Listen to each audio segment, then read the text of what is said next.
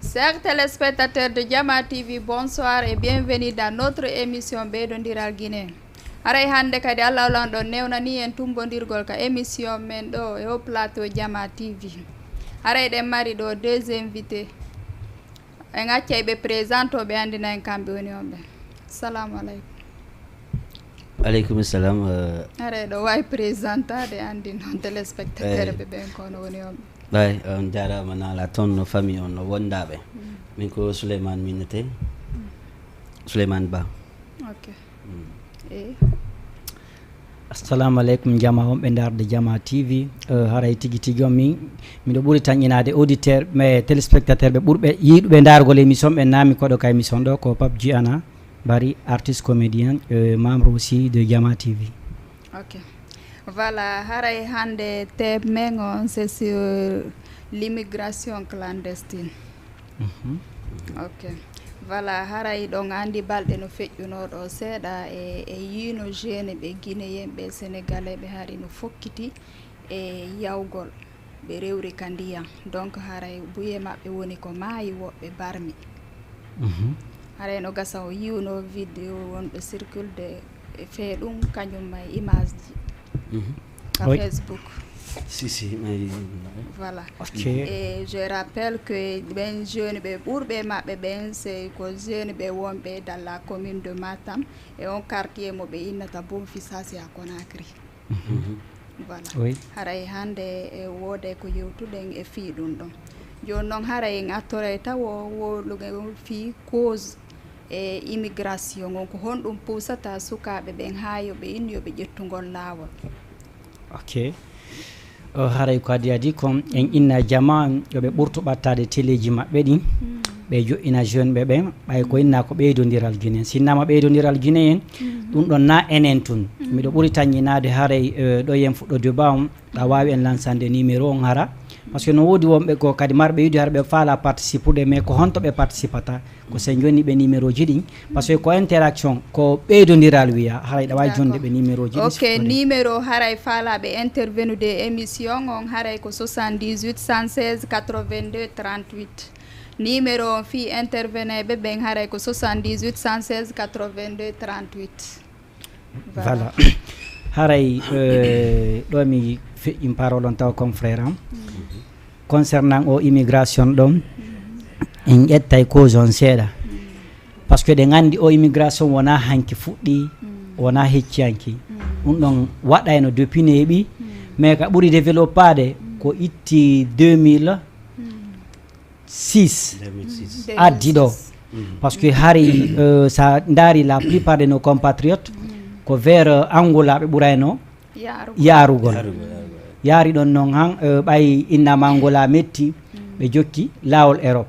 toon kadi yaha ha innama joni ça ne va pas ɓe fewti kadi lawol Nicaragua joni noon eɗen gandi sen inni ɗo e garu ka cause taw en innay taw immigration o ko adi kon ɗum no juude men taw moƴƴano donc ɗo yo joni fuɗɗo ka cause no gasaray compatriote jangon kankadi mo mari ko ɓeyda ɗon seeɗa si fuɗɗoɗen natande détail cause on par ce que hunde fof hunde ala ko ala cause. Voilà. Monsieur Souleymane. À travers clandestin non quand même no muusi e men comme nane aminen ɗe waɗa fi Angola toon surtout ma koɓe wiyata ñaggiɓɓen ɓe waray ɓe agressay a yaltata jemma sa yalti jemma quand même ɓe watta koɓe faala kon ɓe jattama hay jeune de frère jan ɗe balɗe harimo toon ɓe agressimo ɓe jatti téléphone makko ɓe jattimo mo toon donc yaltugo maɓɓe toon ko probléme so ɓeyni noon kay joni ɗo clandestin Europe on kadi mawɓe men ɓe jaɓata finance ude hen kadi fiye yow ko ɗum watte e ndaara jiifa maɓɓe on sino tekki tufen jiifa o mais kono na laawol ngol noon hay so tawi ɓe jaɓata haray na laawol moƴƴol noon ka ɗon kay de mi wiyata min ɗon no waɗi sarte seeɗa par ce que plupart man komi wiyata ɗo famille yoɓɓe ɓuy no mari ɗo mbuudi bus wallugol pay kunkun o yaha walla wallugol mo gayni to école makko o heɓa diplôme ji ɗin diplôme ji makko ɗon si o déposé ɗi noon sina fay ko ambassade no gasa ko heɓa laawol no yara ɓe finance am kono ɗum noon ko probléme enen koye ɗaɓɓu tummare hoten kamin Fouta maintenant est ce que on ɗaɓɓiti on andi taw ko honɗum kadi waɗata ha ɓe salo ɗum ɗon bien min mi innayi taw la plupart si a landike lan fi immigration on min nayi min on ça n'engage que moi mon point de vue la Guinée est mieux si mini la Guinée est mieux fiyon non ko gonga goy say mawbe ben ƴettata mbuudi mum finance fiyo ɓiɗɗo maɓɓe yaw disons yo yaw e clandestin parce que kala mawɓe woɓɓe goo noon no finance ude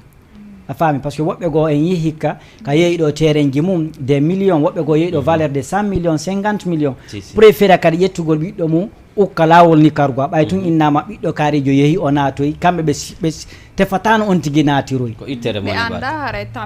ɓe anda alors que lawol ni kargo ano woni dangereux min mi innay ɓuuri lawol Europe ɗo fi hon num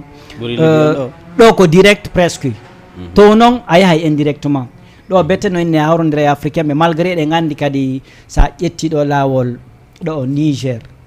Algérie ɗon han Maroc ɗon han Libye etc walla Tunisie on to par ce que boyno rewa cende fo lawini ɗo ko Maroc e Tunisie oui e Libye ɗen suti ko confrère ɓe men waɗete ton ɗen suti ko ɓe jattete a faami a yiyay ɗo kadi busno ukka famille mum e difficulté woɓɓe no wawi immade ɗo hara famille o ganda dal wano ɓe ƴetta wano koɓe déblotonoɓe finance famille mum ɓe guure nden ɓe wujjaɗi ɓe ƴetta goreɓe maɓɓe ɓe ukko e lawol ngol ɓe yano han ka lawol ɓe kaloyo soit ɓe kaloyo woɓɓe goo kaloto woɓɓe nanguete woɓɓe goo kadi waɗa e plan par ce que waɗi woni komi yi kala komi haali ara la marde des sources fiable pay koye goo ɓe waɗa e plan si ɓe iwiɗo ɓe han wano Mali ma wano Niger ɓe tawi hi ɗi mbuɗɗo wawata ɓe feƴƴinoyde koɓe créé ɗon embouteillage ɓe wawi no woɓɓe goo no waɗa réellement ɓe nangue woɓɓe goo kadi organisa topo aya ɗo ɓenna jeune ɓenna ɓe ɓorto ɓe haɓɓe ɓenna woɓɓe goo ƴettu haɓɓa guite maɓɓe ɗen hibbito hibba ɓe ndiyam piyaɓe ɓe filma ɓe naɓana mawɓe maɓɓe ɓe menna meɗen kidnappa hara ko fenade ɗum waɗi tike a faami woɓɓe goo noon kadi no hawra toon e sabuji bonɗi ɓe nangue mais ɓen waɗoɓe ɗum kadi la plupart ce sont aussi nos compatriotes ɓe nanga ɓe hara ɓe andi ɓenna ɓeɗo sen jogui keɓe famille maɓɓe no marina se ɓe yeeyaynayyi maɓɓe ɗin fino ɓe yaara ma ɗum ɓe waɗira ɗum ɗo ɓe yeeya galle maɓɓe ɗen soki au fait seke ɓe andi programme ji wonɗi ɗin fof kam hara ɓe andi programme ji on tigui ɗin fof ɓe andi noon tigui yarata non par ce que ɗo déjà taw miɗo wawma ennude région wonɗo Mali ɗo ngala hay nokku daruɓe ɓen anduɓe ɓen no andi une fois ya an sa bouchi ɗo joni a howtoyima ɗo ya howtoy ɗon hara ɓe wonanima ko biswal bis honnum ƴettuɗa siko vol yarɗa siko bis honnum ƴettuɗa ko leer hombo buusuɗa ɗo ko honto dari ɗon ko honto ƴettu ɗon koje joni ara e pabbita kan ara e mori oɗo wi on dossier ɗon bien sûr a waɗi clandestin komi rescapé jo joni yesso mon ɗo ɗe gandaɗe mari koɗo mais du coup min ce n'était pas pour disons pour l'aventure mais ko fi ɓeydugol gandal faami e kadi yahu par ce que min ko après mes études tawi miɗo falano puusude sago par ce que min ko saabu ara gon wonnolan naɓude par ce que le cinéma mi yiɗuno ɗum ɗon depuis à l'enfance mais mi yeeyi Allah waɗi disons soñdiaji goo ɓa yalti toon ɓeyni o cangol ko wawi a lumbata kono a yeltata ko kama wona gonga c'est ça la solution ɗo yo tigui yewma voilà bien sûr ayi wano on débat ɗum noon lammar no weldi jan cause momi yaltidena bimɓe kikiɗe jem mañalorma wonni gore mahi min mo nono yogol ɗo waɗa risque mum ɗon mi wawata ɗum ɗo même pas o yo no haaliɓe o wonno maximum ko yata 2 ans himo golde fino feƴƴira mais na toujours sur les causes himo toujours himo golde ɗon fi 2 ans fino feƴƴira yaha Espagne o noddilan o ni boy mi heeɓi mbuuɗi ɗo mi wata feƴƴirde ko noddilan mbi nden ñande ha hande o noddita Allah ɗa hooli o lumbi non o feƴƴino par ce que ɗimmoɓe makko ɓe o yadnoɓe ɓe anduɓe ɓe o woni ke ka nder ndiyam ko kamɓe informe famille makko o fatunde makko nde voilà déjà kadi en arta toujours ka cause ɗon woɓɓe ko kadi no puusara yaha par manque d' emploi par ce que min go ɗum no tawanoyo ko puusila imagine toi waɗa 13 ans hara redoublali au secondaire waɗa 3 ma 4 ans ka université da ko jande ma no ƴetta wano 16 ans famille ma wono finance ude ma a hawti étape go par exemple ko an woni ene o gayna fuɗɗoɗa dogude fi dossier kala ka nanɗa dépôt no waɗude kara kadi ko mawɓe ma ɓen jonnatama waɗa dépôt fi ya naatu fonction publique ma ya heɓo entreprise ngo tawa impossible hiyata noon yawnoɓe neeɓi ma ɗum ɓe marɓe sabuji inna min kadi tigi tigi on il faut que mi yaha hay simi maayoyay mayde ko wotere woɓɓe go ɗum ɗon no waɗa ɓe yaha bappiraɓe ma ɓen wallanoma fi ɗum ya yaw kotiraɓe ma ɓen samara sabuda jajiraɓe walla no woodi kadi yimɓe ɓuyɓe gayna e janggude si tawi woni ɓe heɓali golle par exemple wano fonction publique ma goɗɗum goo e ɓe wona yeeyugol ma ɓe waɗa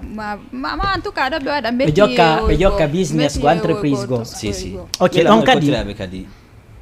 mo gayni diplôme makko on mo ka suudude o gayni janggol fes ko wat sakkiti wadde ko commerce ɗum ɗon kadi no toon ɗum ɗon fof c'est pas comme d'année mais vu que hunde nden ko welatama sa yanganike ko fodi sa yanganike hunde nden sa defiɗo maafe welɗo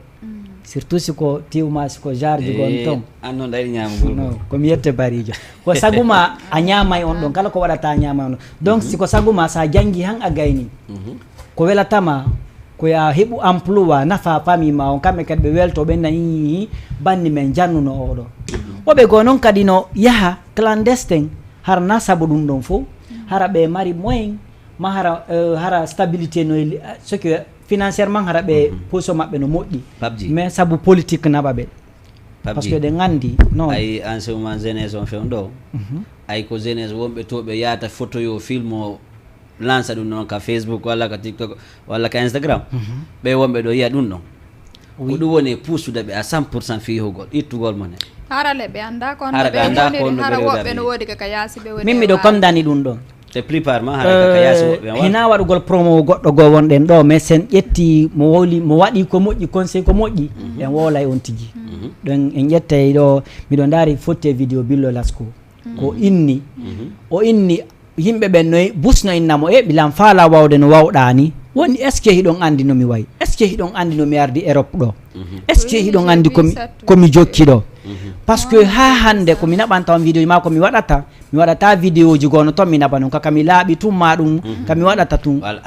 et la plupart waɗanoɓe on vidéo ji ɓen han hande goɗɗo e mon filmitaki ka woni gollude ma ka walata ma ɗum ka woni ɗuma ko si ɓe yeehi liyeji laaɓuɗi ɓe ɓorno conci laaɓuɗi ɓe yaha liye laaɓuɗo toon Allah waɗi en fait c'est quelque chose qui est bien préparé voilà ɓe naɓana on donc ta ɗum ɗon min personnellement min ɗum ƴawnata lamer si lan vu que lan andi objectif an la andi komi faala kom an Souleymane sa immi keɗo andi a États-Unis hara ko an e président on on jooɗi tirodi photo ça m'inquiète pas si tawi woni mi faala ka yaade non min gomi lawoma dande exemple seeɗa par ce que mi voyage mi yeehi ɗo pays ji bus ah oui mais an ko sport on naɓunoma fédération on naɓunoma ko ɗum ɗo naɓunola par ce que voilà ko compétition naɓunola mais si a gayni compétition a waɗay ko falɗa yahay jinda maximum ɗo mari une semaine liberté walla 2 semaines mais joni noon ka yaasi sinan fay ndaaro e ka réseaux sociaux fewn ɗo tappo on ko ɓe waɗi pari ɗe balɗe kon waloɓe ka ley pont pari ɓen sinan so yi on vidéo ɗon tun o yurmina e hoore mum ko tantoy koye ni tantoy koye yeyete koye wekkete ka yaasi ɗo koye ko koye ɓe waɗi ko ɓe wata har ɓe joɗi ɗon jullure e table hun toto kunni kadi ko ɓe jooɗo ko ɓe ñaama ko ɓe yohuto ñalorma ɓe ara ɓe waala ɗon jemma Souleymane voilà sifa ɓen ɗon noon joni si gonga no inniri noon ɓe yaha liyeji labaɗi e ɗum ɓe photo ɓe publie ma ɓe aɗa vidéo ji ɓe wonɓe ɗo ɓe naata noon e probléme ji go par ce que ko ittuɓe yaha noon ɓe heɓa noon woɓɓe wujja mawɓe mum ɓe hara ko ɗin ɗon tun ɓe mari écoute détourna piiji ɗin ɗi 9-10 nini fi yehugol tun nini woɓɓe goo woɓɓe goo wonɓe daaroɗe ni no wawi enude a so joɗɗo noon waɗa ɗum c'est parce que on yahaali maɗum ko goɗɗum ko ɗum si ɗon sabu alors que na sabotage min mi yeehi mi andi min en fait na mais c'est de donner nos points de vue ɓen ko woni e mayde kon e ɗan ndiyam woni fota maayi o sahara t'imagine hawrude haray ko hunde muusude no muusi ɓiɗɗo ma inna yiɗa yaade ɗa wayno jonna on ɗo exemple on était avec un jeune ko menen fof fuɗɗode yahar mais yeehi ha nokku goo o suuɗi bureau makko o yeehi Algérie ɓenni e artu ala ko ɓe waɗantamo ɓenni yo artu o suuɗoyni kanko o lumbay o immi ɗo o yeehi o hokki ka ndiyam o lumboyali joni noon ko kanko fof ɓe mari gorko tu vois ɗum no woodi des exemples des milliers d' exemples ayo gore jamu mi alamma kadi ko noon tun ɓe mari gorko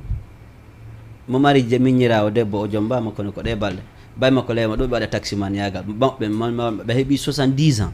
maximum fewno ɗo Donc kambe tuma ko gere janno fewdoram bimbe ki ile ko mene e wobbe go kadi no ton vas-y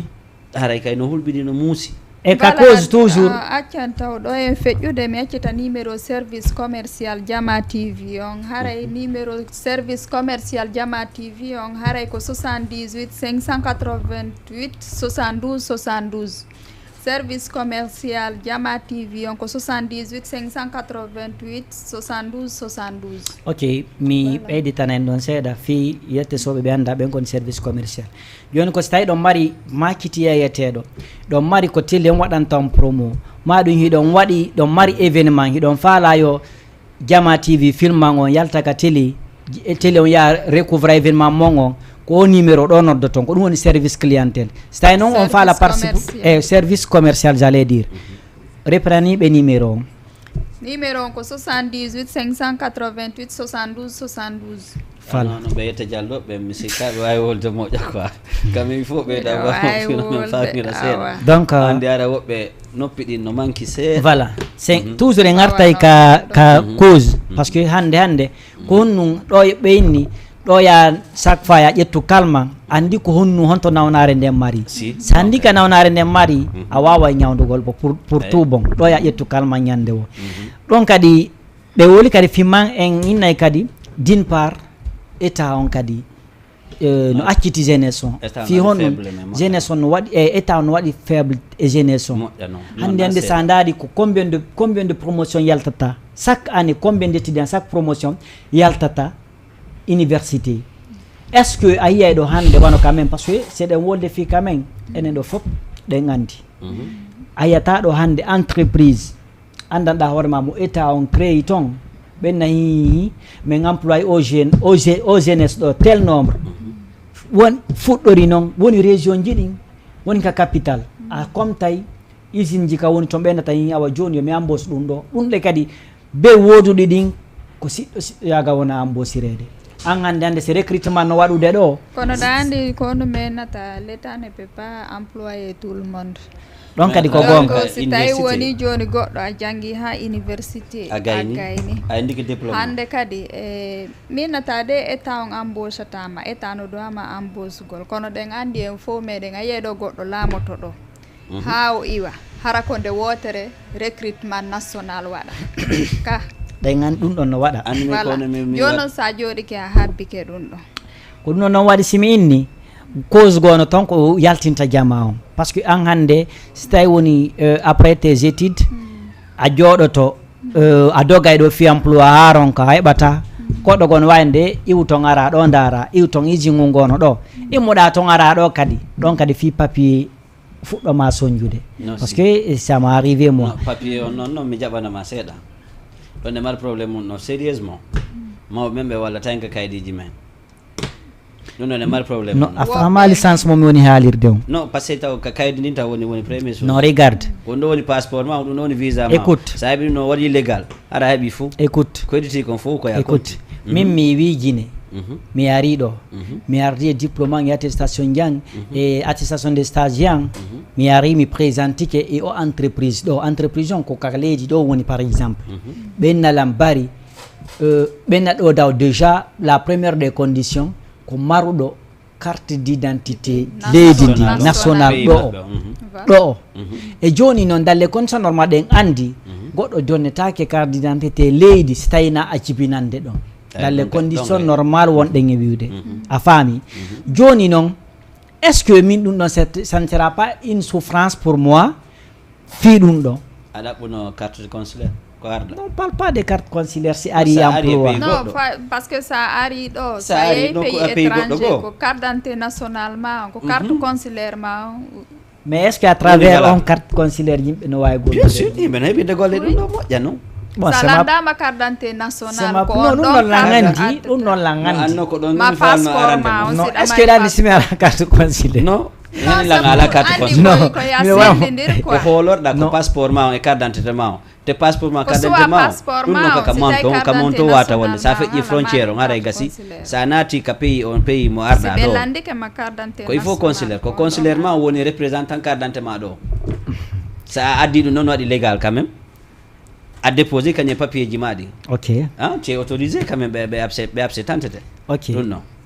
ɓayon ni ɗon ok en fotti e ɗum noon e kadi ka cause en artay wano woɓɓe goo kadi no iwira e pays on ma e continent on saabu nawnaje sinnama épidémie les épidémies par ce que arno e sahaji goo wano so ƴetti wano ɓawa wano 2014 tan ka Ebola arno tous pays ji goo tous sa pays ji goo corona ɗum ɗon corona ɗum ɗon c'est en inne ko mondialement a faami mais wano kamen arno voilà la Guinée ari ɓe baari frontiére ji ɗi Sierra Leone non bon e natata détail ji ko feƴƴi toon ko mais ko woni sabu ɗum ɗon kadi sabu nawnaje kadi no waɗa jama on kadi doga immigrant yara to a faami andi le problème c'est quoi immigration o bus no cause demo ko ɓuri kon cause ɓurɗo on ko angal golle par ce que so tawi woni ka wonɗa ɗo ni ɗon ka angal golle mi jaɓante seeɗa jaɓanala golle no heewi tef e sa adna o gollowo emo gollata ko puyɗo e gollowo sa yalti hande a fini ka mon ɗo hande ɗo ka chambre ma a continue ɗon a walki toute la journée ko si gore maɓe iwti to ina mbari soda en ata e ka te ɗum ɗo wata wonde le te il faut wakkiloɗa hoorema Allah waɗi ko a ɓiɗɗo gorko nemma e bayma no wuuri selli ken miññiramaɓe no wuuri selli ken hiɓe hoolorma ko il faut wakkiloɗa fi no ittana ɓen ɗon fi no fittanaɓe gonɗi par ce que sa ariɗa a wigine ari ɗo a yahari golle a habbike ko ma ha goɗɗo dépense ma jonnama ko ñama bimbiki demba ñalorma ko numa ɗa rek ko fiw numa arɗa ɗo allo ko fiw no arɗa ɗo allo ara ko puyɗan adduma quand même non ɗum noon kadi tu as parfaitement raison si tawi woni ardi on côté ɗon mais ko woni sinnama golle golle no heewi ko gollo emo gollata marché ji ɗi no heewi ɗo écoute centre commercial ji no heewi ɗo emploi de ji fof kayno ɓe junɗe tout le temps ɓe fo watta wadde golle goote mon frère na golle goote watta fo watta golle sa waɗi ɗo marchand ambulant no andi ɗo on parle banɗo écoute walla a yeehi marché walla a yeehi ɗo a ƴettike a wattike bon fo tontimaɗi woni kala ko tawɗa ɗa wawi hande ɗum ɗon gollata si weeti a yeehi Madina ko combien de diplômé yiyataɗo no jogiti sac ji no yeeya paɗe no yeeya ce que no yeeya carte de recharge no waɗa transfert no waɗa business no ɓuri si tawno ɓuri joɗagol mere voilà a faamiɗa waali ka mere so woni no na wujjoyay sa yi hande sa ƴetti hande wano ka village humain hande si sa yeehi ka village si haaju ma yani ton hara ko sagataɓe waɗantama jeune ɓe waɗantama ɗen golle ɗon a heɓata no jeune ɓe ɓen kay ton à partir ton kala o marande seeɗa ɓe wadde taxi moto non écoute jeune son ɗuɗa ton kay fof ɗoɗa andi kadi par ce que faut ye clandestin mo joni par exemple golle ko waɗete kon ka saare ko ɗum watte joni naɗen golle fayda wano village ji goo no woodi haray naɗen golle kadi waɗete no hey toujours c'est le commerce mais ɗon andi la plupart taw ko honto blamɓe ɓen ɓuri ren a faami déjà taw enen en waɗa valeur culture men hande o immigration waɗi han golleji busno ton en acciti kamen par ce que wano semandi taw wano tanka mawnayno ɗen en nanayno wano suka ko neteno suka ɓennino makko kanko jeyi ndu so pour ɗo wano Souleymane happola par ce que sa ƴettay exemple a ƴettay e hoorema an tigiri a wakkilike a iwi gila laggine Conakry a ardi Sénégal hanno wakkiloɗa yara Fouta ka mon ɗaɓɓoya soppu iɗo mari hectare ci kam no mi hitande ɓe mirema par ce que andi sa ƴettay exemple a artora e hoore ok na a gayni na a yehuno clandestin e waɗano réussir hande yittaka moɗe gasele no kam on ka andi simi ala remude sa yetto no pompiteer no toon tomate no toon kala hey quoi bon jinjar ko meilleur prix marɗo premier puissance dalo ko fewɗo an fewɗo ni ok fewɗo jinjar sa heeɓi jo sa ko jinjar ne a yeyamo encaisse a mbuuɗi direct cippini tension ma non na ko non haali mi waɗa ɗum ɗon ko men jamanta c'est parce que a faami c'est parce que wona ɗum ɗon mi fuɗɗorno depuis law accu hakkede parce que min nayi mi mawnali toon mais hande sa ƴetti yoɓe accu hakkede la plupart minni bien la plupart des wonɓe yaade clandestin a yiye hara ko wano janɗuɓe toon wano heɓaɓe ton janɗi ton ara woɓɓe gono ton hara ɓe waɗali métier ga ɓe janga ɓe immoɓe jokka lawol joni noon si ɓe howtoyi ton ils ont 5 ans de retard d'abord par ce que sa yeehi a hawtata tun ukkoɗa e pays e gollugol eɗen gandi le ka portoɓɓen a yata darago landago goɗɗo he konto kare furɗo yata ko honto ɗo yata to ton fof ko woni o koko endika ndaru hande hay sa wawata lirude téléphone ma on ko yani goɗɗo enregistrane numéro yo goɗɗo waɗane ɗum ɗo ka mais so tawi woniɗa janggi ko heññañade heɓata de pas joni noon ɗen hiya ɗo kadi yimɓe busno ɗo hara ko entrepreneur ɓe a faami hara ɓe mutaki e gandal mais expérience mo ɓe heeɓi on ɓe exploita on expérience ɗon ɓe golla kamen ɗo a faami ɓeyna la Guinée e miye fion ɓena la Guinée e miye aya ɗo ɓe ƴetta ɓe créa ɗo entreprise au moins do kaɓe embauchata wano 50 personnes ma ɗum wano 10 personnes walla ɓen ɗon ɓe tambitike ɗon famille ji jelu famille ji jelu ɓe tambitike ɗon Fabji o yattuma sina famnani inde or ka Sigiri ɗaka j'ai une fois été là-bas mon frère jaka noon ala ko yahaari non ɗon ko compte média mi yawno joni noon ko gonga yaltuno ɗen orje ɗon hande ɓe acca yimɓe ɓe rema orje ɗen ɓe heɓa mbuuɗi ɓe tekawa ɗon kadi no ɗum ɗon han joni no continue par ce que on tan ɗon ɗum ñanga e neeɓi ko waɗi c'est vers les années 2011 2012 on ɗo or yaltuno toon ɓe aya no tawa ɓe sooda machine woy jasir koye kañon ɓe ya jeunesse bu seeɓuno ɗum par ce que hande sa yeehi wano Sigiri kankan la plupart de jeunes ɓen ton ɓen ɓe ha jaka e yawgol clandestin j'assume ce que je dis fi honnum a yiyay ɗo ɗum ɗon kamɓe salaire de ce que ressource on ko ɗum ɗon woni ɓe naɗande kon no nafi ɓe malgré arno sa yiyata on opposi ɓen o exploitation mi anda honnum artisanal ɗum ɗon arrangeaɓe ɓe andi ɗon hara ɓe mara pourcentage e mum a faami ɓe watti hande kadi ɓemmina yimɓe ni ko yaa watte sa ari jasugol man o jaune ɗo ni a taƴƴay ticket par semaine joni an ko ya taƴƴo ticket heɓuɗa heɓa sasanallere bon ɗon ko changement on ɗa tantude ayi o affaire clandestin babji immotoɓe yaa toon ɓe fo ara ɓe jangga par ce que si ɓe futtoto janggugol à zéro oui sa janggari a gollata to sa ala diplôme a gollata hay ko yogol ka maison de retraite ɓe mawɓe nawyuɓe ɓe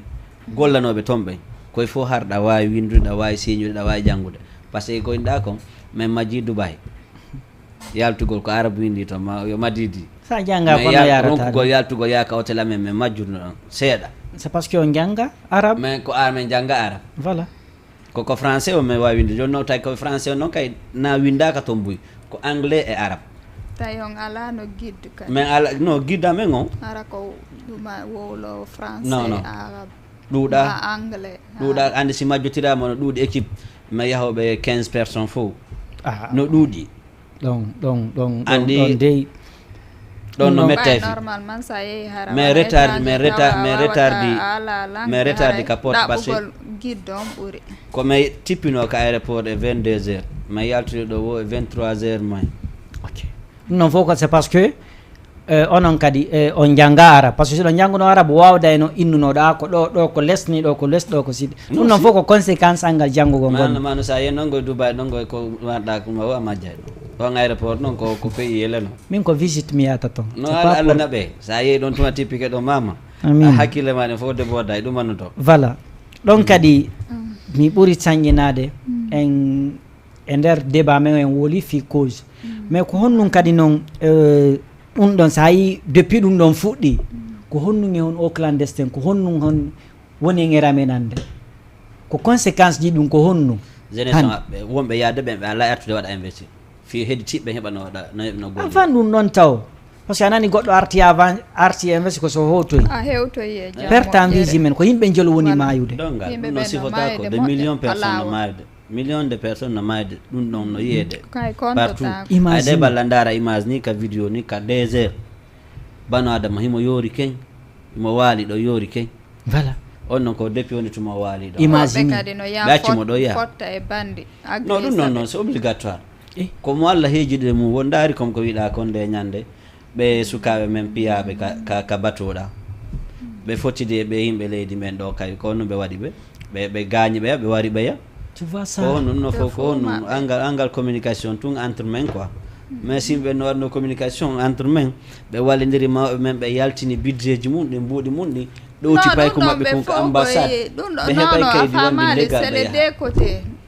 ɓe fof maɓɓe ɓe hawrande mum hey mon frère na wondema ko côté goto c'est les deux côtés ça tout le monde ne peut pas être en Europe non no muusi quoi min ko wiyata ko mais ɓuye maɓɓe maayi woɓɓe barmi no ɗum ɗo daɗata yaltuɗo clandestin yehuɗo inni no nene hande miɗo yaltila yaade safari ko a wakkongal ɓorɗangal ko a ƴettu haɓɓitoɗa ha yora ken anda a yalti ko laggorde accuɗa ka damal suudu nemma e laɓal suudu bayma koye fo yaha waɗa kon ko yiɗa kon sa ari ɗo a waaliki ka suudu a dawari golle ko nattota kamo a fotta e hettiɓen non ka voilà e joni ko no ɓurɗum noon na wakkilagol kono e haɓɓitiki ko ma yahen ka porto jon te sa yewto wonde e woɓɓe hoorata woɓɓe juulata dina ma kam bonay non dina ma kam bonay ko fes ayno ande ko awsa sa yehi toon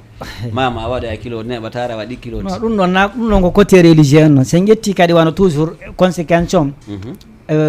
peero yahoɓe ɓen ko koynuɗen kom wusno fotte agression woɓɓe no agressé piiji mum jatte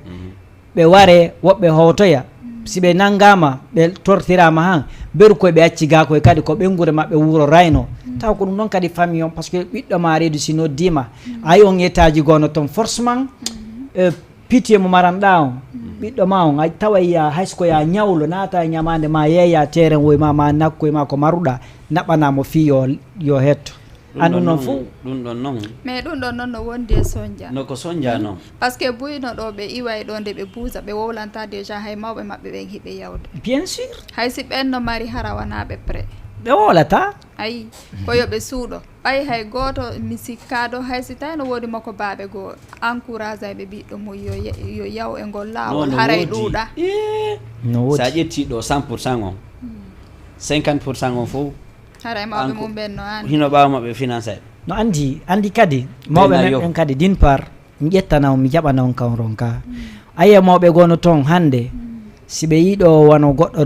no iwri Europe ari on tigi ara réalise hara naale fof Allah windani toon ya ɓe naɓiɗo maɓɓe on poɗe anda lappiɗo warejo ma o daari o to wingi dasata alors kere ɓe yeggiti Allah taggen o fonna en ka donc ce que faɗa tun nde autre exemple tun ko waɗi Burkina walla Niger kon daari kasare ɗo hande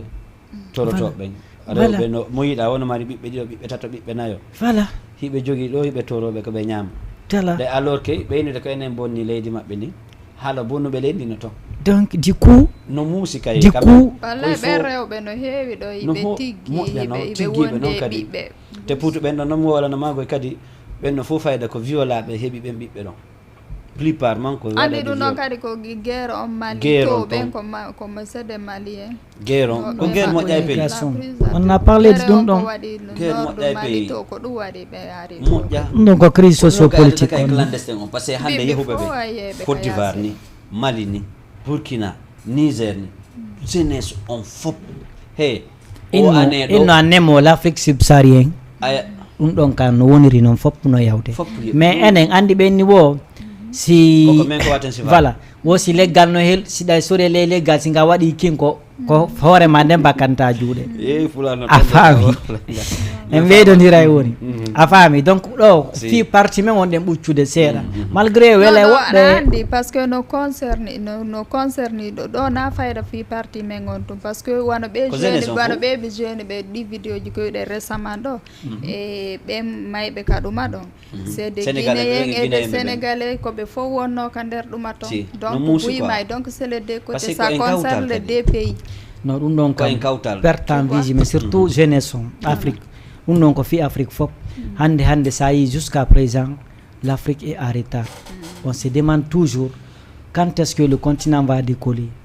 ɗum ɗon fop no tawa e clandestin goɗɗum on immigration ko waɗɗen wowlugol ɗum no tawa ko waɗi hande Afrique no retard par ce que siɗa imagine depuis Afrique inna Afrique durant toutes ces années l'Occident a toujours cherché à nous ruiner. Je donne un exemple. Ibrahim Traoré. C'est une jeune bosseur quand même. Mogolu de vrai. Aïjon ko ne wadde kamaɓe fewndo fop no remede kamaɓe ko forcé a golla e ma golla ɗum noon no tawa e financement ɗo e 5 ans maximum walla ɗo plus tard ɗo e duuɓi tun heeɗiɗi mi sikka ɓe ɓuyi maɓɓe a yiltitoto ka maɓɓe oui enen kay so heɓiɗi noon ara président men o wallirana en noon jeunesse on waɗa e ɗum noon exige fof golla jeunesse o naata ka sanji ka guesele en heɓay par ce que ñamete no marsa Allah no waɗi ñamete barke mum ɗandi noon hannde avant surtout ma kam e pays men kala surtout ma pays men leydi men ndi e nder aduna on fewn ɗo mi sikkata ko enen ɓuuri marde recherche ɗum ɗon koko anda ko mema ka ha joni no ɗum waali ɗon koko anda fiwa bostik mo ɓe naɓata on tout le temps ɗum ɗon ɓe jasa ɗum ɓaynade gasa ɗum ɗon wowlaka no artude goɗɗum go ɗum ɗon wowlaka a faami? hande mais jeunesse on si yalti arrangeata pays men o mi koɓe jonna on wontude ɗo toon ɓe golla ɓe anda ko honɗum ɓe faala comme ɓe wallita e hoore ɗum ɗon richesse wonɗo kamen on ala e lan wayinude e aduna on hay nokku fi hon noon hara a yahu ka trave ka makiti ka jamam ɓurata yaade ɗon remuɗa maaro kon fuɗay wona noon fi si a yahu ka gese na hono da andi sayniɗo goɗɗo yo yiltoto yaare mo ɓenna daari o no jooɗi clim no doga e makko ko ɓayna mawɓe me joni buygo sella kadi par ce que maaroji ɓe boto e maaro koye e butelol nebban kum haari ko annduɗen ko toure e nebban kaare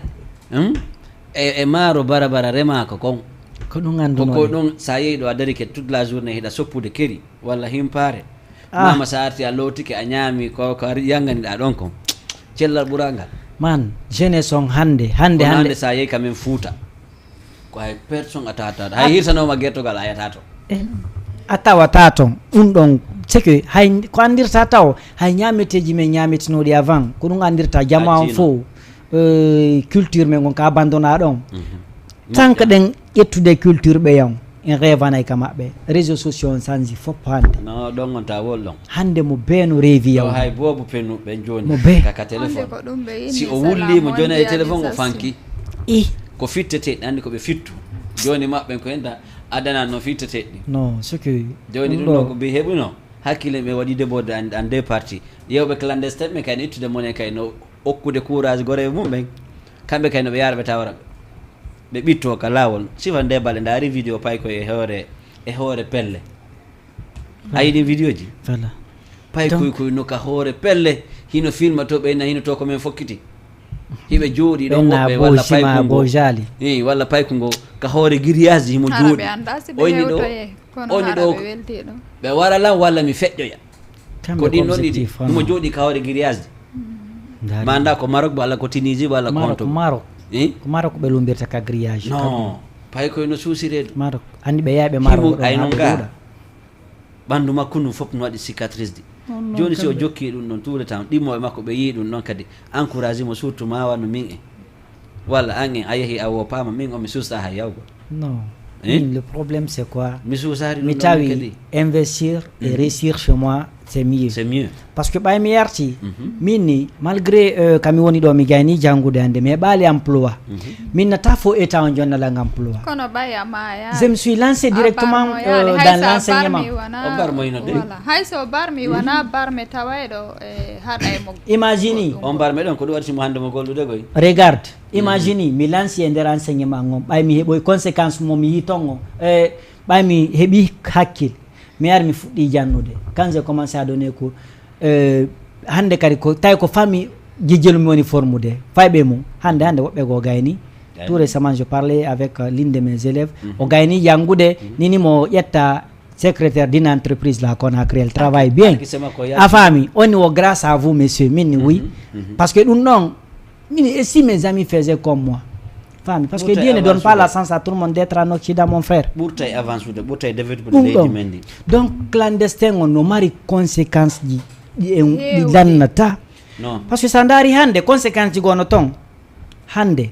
sinnama ɗo fi hande hay sinnama ɗo golloɓe par exemple ka leydi joni golle ari wono jangguɓe go jogui yeehi iwi ɗo gaynaynoɓe yi har ko wonaynoɓe premier ma ɗuma ka classe ji mum ressource ji men noon ala par ce que ndaari kamen ka fulawaji men joni ala hiɓe wakkili famille ji ɗin wa huɗuɓe ka hoɗoɓen fof hiɓe versa ɓe darna hôpital oui sa janngari sa ɓe normalement ɓe waɗingal hôpital oui ɓe no ɓe versi ɓe moƴƴiri hôpital ɗon no oui ɓe mari pay ko wonɗo janngude ka université normalement pourquoi pas ɓe arta ɓe versa tout le temps ɓe yoɓanamo waɗanamo salaire hara o ara kanko golla ko hôpital o ñawda famille makko on kadi ɗum no wadde village ji bus no wadde village ji go no wadde buy manen ka men plupart mo professeur ɓe l'école village ji ara ko ɓe ɗo ko yimɓe jeeyaɓe gon hoɗo ɗon ko kamɓe moɓidirta kalisi ɓe yoɓa on ti ay noon ɗum ɗon noon ko kamɓe noon ko on association ji ɗon doit ɗen wadde entour haɗa fayɓe yahugol ɓanniten fof fuɗɗi gayno janngude o hara mandi ko ɗum o visa mon frère woɓɓe gono toon si ɓe nanguiɗo hande 100 millions ɓe innata yimi ƴettu o 100 millions ɗo mi créa ɗo petite entreprise kadi nadanta lan ñande hayso taw woni chaque fin de mois mi heɓa intérêt 1 million e nder o 100 millions ko ɓe innata Nicaragua direct rêve maɓɓe hayɓe walata ɗo hande Nicaragua Turquie bonnima donc Turquie bonnino parce que a feƴƴata sa ala papier légal sa ala fondement directement ko yahata honto e Nicaragua yahata par ce que ɗa andi ko nawmatama Nicaragua ɗon ko waɗgol escale 1 jour 2 jours no yaltira ka aéroport yaha ka hôtel ma sa waɗno réserve biye hôtel yaha ka hôtel bimbine ñande a ƴetti teppere nde seppugol ya États-Unis joni noon imagine a seppay imagine ɗo e Guinée imagine Nicaragua États-Unis maximum ɗo a hewtu ko fa laatu ino États-Unis a piya teppere harana frontiére min Nicaragua on yon matu no foto wani ɗo e Guinée par ce que États-Unis ko combien de pays africain non 52 disons 52 andi ɓe jandi ka sifa New York on sayni aɗo a hewtu New York walla Londres walla etc ɗo e ɗo ko probléme toujours yimɓe ɓe naadata e cerveau ji yimɓe kono noon alhamdulillah nani hikka on en yeehi accimi landoma ɓe naɓi bus yeehi bus wakkili ke hikka on Nicaragua on moƴƴi komɓe mari nafa e ɓe koko yeeyi ɗo fof ko pays men gon mari nafa kaka kaɓe woni yabde toon mari nafa pays moɓe yeeyi no mari nder mo heɓa nafa 70% aynoɗa 80 si ɓe yeeyi ɓe ari ɓe golli mais noon probléme no toon kadi nafa kono sina ɗon hare ko kamɓe ɓuri marde probléme no toon taw fii ka kaydiɗo ɓe mo kaydi ko ɗon taw ko par ce que sa yeeyi koye fof o ɗaɓɓa avocat taw non min mi yii sa yeeyi a heeɓi avocat ma o on tumanti noon goɗɗo inni waɗon procédure déposant wo yaade ces gens là natuɓe hikka wo pour que kamɓe e juge jo maɓɓe on yoɓe waɗu ɗuma confrontation ça sera en 2030 français woɓɓe famata ok ɗo yoɓe ñaawe juge jo maɓɓe yo ñaawuɓe fiisi ɓe heɓay kaydi ɓe fuɗɗonande ɓe woni toon légalement ɗum ko 2030 e imagine ɗen e 2024 ɗo ko 6 ans ka joni noon si tawi woni ko duuɓi jeego ko modi karenɗa ñawlinoɗa mbuɗi si yawɗa a yaha tumɓe de aɓe darano baɓe ɓiɗɗo ma on natoyi o waɗi lewru yoɗi hartu ay non prépare ma fen ɗo busno ka suuduɓe ala gollude sina hara arquesema on a yaltu fottuɗa yurmeteɓe par ce que ɗum no woodi yimɓe chrétien ɓe bokka anani koɓe wooli kon ka juulirde New York jamaji ɗin fof ko ɗon woni yaade ɓayɗo mi andi ka juulirde fi sabilillahi aray ɓay noon na ɗon woɓe wanoma fof ko ɗon yahata woɓe o sifa maka en tantuɗo yo min o mi yehitike mi yeehi plupart ma à travers année ɗo mi yeehi ɗo mi arti Africa wontaake mais ɗum ɗo non ko o ɗo ma piɗo fiyo goo kanko wonani hoore makko probléme par ce que fi honno sa yeehi ɗo a ala diplôme a ala ko fuɗɗotoɗa a ɗaɓɓay ko yoɓa ka école ma taw ko yoɓa avocat ko yoɓa ɗinɗo mbuɗi fof on to wiwata ko sa heeɓi ko golla ɗo heeɓi ko golla ko honto taw no wiwata ko diplôme frère mi wala e kaley pont ko noon wasi ɓe aɗa rabtaɓe ɓeyna tout le temps ɗo noni ɗon soñjiɓe toon bon ga quand même sifa ndaari wona ɗe balle ni goɗɗo ko wari goɗɗo toon non sérieusement manda ko congolejo ba immigration on no joude jeunesse mais ko wari mo ka nder pays o warimo toon manda ko ɓeytu ɗum o ƴetti biniro o tappimo kawre o maayi ɗon non fof sika makko heɓay ɗum ɗum on peut réussir chez nous ɓen wawi wonude ɗo woɓɓe goo no woodi kaka men ɗo ɓe jibina ɓe mawni ɗo ko naɓata ɓe toon hara ha hande ɓe yaltali a faami min en on ɗandi ɓenni wo si moƴƴere piiji gono to waɗi toon ɓay ko exemple wonɗen ƴettude e jamaji ɗin waɗuɓe ko moƴƴi fi yo jeunesse goo kadi maruɓe sifa ɗum sino mari finance ugol woɓɓe goo yo yawma ɗum fi yoɓe andu hi on peut réussir ici réussir ici hande miɗo ɓuri tañinade ɗo aduna allah fof fayda daara en ka sa inni jama tv aduna allah fof wono Europe Asie etc sa inni monde entier daara en a faami mais c'est à travers un jeune on peut l'appeler comme ça un jeune entrepreneur ka iwɗo kamen ari ko entrepreneur jo a faami donc goɗɗo mo waɗi si waɗi moƴƴere il faut dire son nom a faami par ce que si tawi woni kanko kadi o heɓuno ɗi mbuuɗi on na min kadi pourquoi pas en tant que jeune lan wawi yaade mi honno mi ƴetta ɗi mbuuɗi an ɗo mi yaha mi waɗoya clandestin mi jooɗoyo toon mi jooɗoyo Europe a faami par ce que lan mari papier mum a faami mais jiɗo jama o darali ɗum anani ko jiɗo jama kanko konnugo inni woni on peut rester ici et réussir ici mi walla jeunesse on ɗo na hande jiɗo jama na jeunesse guinéen tum walli na jeunesse sénégalais tum par ce que média jiɗo jama ɗo honno jama média ɗo ethnie ji ɗin fof puno ɗo leƴƴi ɗin fof pays d'origine ji ɗin fof no mari ɗo représentant a faami harana innugol ko walliti artiste ɓe maɗum wano piiji gono toon ɗum ɗon fof ko heɓugol expérience wallugol leydi mum ndi a faami si tawi woni hara hande ɗe maruno wano giɗo jama ɗiɗo tato kamen ton mon frère minna bus heɓayno exemple woɓɓe goo parce que na yawgol tun immagol o tun yaha Europe réussi so heɓoya toon des millions ƴetta ɗin waɗa e banque est ce que enen ko ɗum nafata jeunesse wona ɗum nafata est ce que so ari innugol argol ƴetta ɗo 100 francs 200 jonna ɗo groupe kamoɓe fiyoɓe woludema ko jiɗo jama ɗum nafay ɗum nafata mais so ari o waɗi entreprise ka jeunesse on ka ɗiya ethnie ji fof arata ƴetta exemple e makko honno holla opinion mum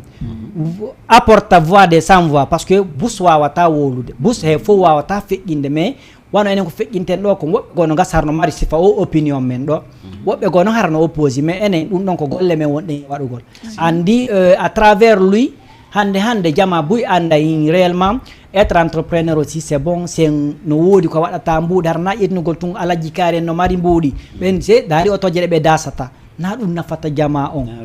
na ɗum ɗon na innugol ɓe mari des millions de compte de onno wano dollar ma euro ka banque ji ɓe ko to Dubai ɓe voyage ata ko to ɓe soƴƴata ɗum nafata ɗum ɗon nafi wo kamɓe mais ko kaɓe investisata ko nafata jeunesse on ko nafata jama on non PUBG ay ɗon noon ko udditugol ko golle ko sa heɓi mo hooliɗa fewnande holodire lalagoy a ɗaɓɓa e mbuuɗi ma a yango to ɗaɓɓa uddita hunde ɓemɓe peddinama hay so tawi a heɓay ko goto no wela fi kay confiance on ko ɗo no woni tampini ka yimɓe ɓen goy kadi andi ha a heɓay ɗo hande mbuuɗi wano guiɗa jama no wiiɗa ni mo udditi ɗo ko yimɓe ɓen ara golla o heɓa ɓe heɓa essaye ko fof laaɓanim no ɗum ɗon ma si tawno harana kamɓe woni jeerude hara joni ko goɗɗo ɓe woni e halfinde essaye ara ɗum ɗon an tigui ɗa yaɗo Europe aɓe mi ara PUBG no accumi ara a memi komi ara ɗon jagoma ɗon a yeehi Europe a golloyi a rewi clandestin on ɗo a yeehi clandestin on si tawi woni monsieur Diallo no suivi no falano investisude wonnayi a Souleymane ko haali ko ngo gonga mi découragé ke non a famari non so halfini joni nene goto makko miña nene goto par ce que no wadde woɓɓe no Europe ɗo utana magasin ji miñira e mum utta miñi magasin ji kotira e mum ɓen ɓe golla ɓe perdini a waɗi laabi tati a wattay meɗa andi ko duɗɗantoɗa ko fiya ƴuwo non mi landima tun anna golla e perdi no sabbola nayno ko golle perdi mais tawata e nder neni gotoɓe ma ɓen fof e nder famille ma on fof e nder entourage ma on fof heɓata to bonnama ɗum ɗon japset andi dans une entreprise ko han arata investisa e joni min Souleymane si ko bonata ko nafata sa innilan ko bonata ko nafata ko joni sa innilan da fala wadde ɗo télécentre ko foti par exemple sa halfini goɗɗo ma joni goɗɗo fi yo wallitor ko yo wallitora walla o wawa wallude goɗɗo go kadi siko sago ma ka voilà ay mi wano min hawre an ɗo mi créé ko gollete Nokkeli Bus ɓe mi hawtidi ɓe mi jonni ɓen fof yoɓe koɓe gollu miɗa andi ko noon no mi yaltir ɗum noon ko wiɓude ɗum noon mene wawi ɓe goyadde kam kala ça arrive sur toutes les domaines a faami ça arrive sur toutes les domaines mais kay ko minatama kon hunde wotere par ce que miɗo wonde hay rewɓe ɓen ko ɓen woni e yaade clandestin e joni ko ɓen ɗon ɓuuri voyage ude joni acca ɗo ɓiɓɓe mum ɓen fof yaagoy kono ɗum noon no wondi kadi hunde hulɓinide par ce que ayiya ɗo woɓɓe no bouge ɗo hara ko kamɓe tum nde ɓe hewtoyat ton hara woɓɓe ko reeduɓe hewtu non bien sûr ɗum noon kadi donc imagine goɗɗo no andi danger ko fottata Espagne ko hewtota Espagne yimɓe buyno woodi ma woɓɓe hara hay jibini ɓe ƴettimo directement ɓe naɓi ka clinique o hewtoyta ka clinique imo jibinde boobo non fof no waɗa faami mais à travers ko ɗum ɗon on réaction ɗon kanko e nene makko e boobo makko on fof famille makko on fof ɓe wadno ɗon ɓe état on okkuno ɓe kayit ɗum ɗon fof c'est pas un probléme ko honɗum yon ɗum ɓe hawri ka laawol ko Allah andi si ɓen noon no ndaarta ɗum ɗayya woɓɓe goo noon ko pay koye booboy no maaya ka geeci ɗo par ce que surtout fon ɗo téléphone ji ɗi ɓe hollirde fof no yaa hara no yaada e ɓiɓɓe mum ɓe heeɓi fof ɓiɓɓe ɓe maaya ɓe acca ɓe bugoɓe ɗon ka nder ndiyam ɓe feƴƴa ɓe acca no muusi joni an heɓa ɗon ɗi mbuɗɗo noon ara uttana ɗon gonɗo jonna goɗɗo on o bonnanama a waɗana ɗum a waɗay ɗum noon écoute a wattami mi watta ɗum noon innaka ko ya uddutu jonna bonno mais exemple an ari anilan PUBG lan fala uddutu dettere centre lan fala ya finance minna yaw waɗa devis ma on a waɗi devis ma on ari ko contrat wondi mi yahay woni mi daro kala ko soodete mi sooda addanalam maɗum addanalam facture ji ɗin sen investi joni iɗa andi hi e hoore komi udditanma ɗum ɗo konko ni wonɗen gollirde koni na innugo wondema sa goɗɗo no udditane place o bonna maɗum o waɗa jarji go piiji go no toon ɗum ko manque de conscience mais nder entreprise sinnama entreprise no metti gollude sinnama entreprise nafi hoore ma tun udditante entreprise c'est pourquoi ɓen y a le PDG y a le directeur y a le travail etc ɗum noon no woodi a faami mais sinnama entreprise ɗum no hara woni quelque chose après toi l'entreprise la va continuer oui bien sûr mais ko famata haray no way haray mo mari responsable toujours haray ko ala hoore yata kala hoore yata ɗum a faami an hiɗa jooɗi ka leyɗe ka potojo a jonni o waɗima budget makko fof simi faami ono idée mon o sa yeehi leyɗe porta heɓi ko ya jooɗo toon ta artirgol tawt créé non na wona toon fof a faamay komi yetta ko a faamay ko winuma par exemple a wawi awditi entreprise halfinaɗo woni famille ma ɓe bonna ɓe saka fof par ce que no woodi ɗo yimɓe ɓuy yahayɓe ɓe investisa quand même famille maɓɓe o lanca fof wona continuer joɓɓe no adde ɗo continuer de conci no heewi nder to e paɗe par ce que ko sakkitorta ko ɓeynata ko ya muñño piije e ɗum ɗo woɓɓe uddita hay boutique bien sûr boutique ɗo sa uddita ɗo boutique surtout ma wona ko Sénégal wonda ma woɓɓe ɓe golla si ɓe ɗumani ke ɓe watta e inde maɓɓe an ara inna honto ɗo ɗum ɗon ara alaka ɗum ɗon fof no waɗa yimɓeɓe yo golli laaɓere ɓernde si ɓe golli a heɓata laaɓanɗo ma no woodi e nder famille ma kadi no woodi harayɓe hoolondirɗa tawa ɓe ɓen ɗon harayɗa andi ɓe bonnantama ɗum ɗon kadi no woodi par ce que famille enen ko famille élargie anduɗe oui donc hara yimɓe ɓe no ɗuuɗi non ayno on e nder yimɓe temedere no gasa heɓa heesi ko tato ma jowo laaɓodira ɗo momi jaɓata laaɓodira ala to laaɓodira no way o e nder sango no gasa heɓay tato ma ɗiɗo ma 5 personnes tawa ɓe hiɗa hoolima hara ɗo hoolodiri ka an a fayima ala wonɓe ma bonnande min ta ala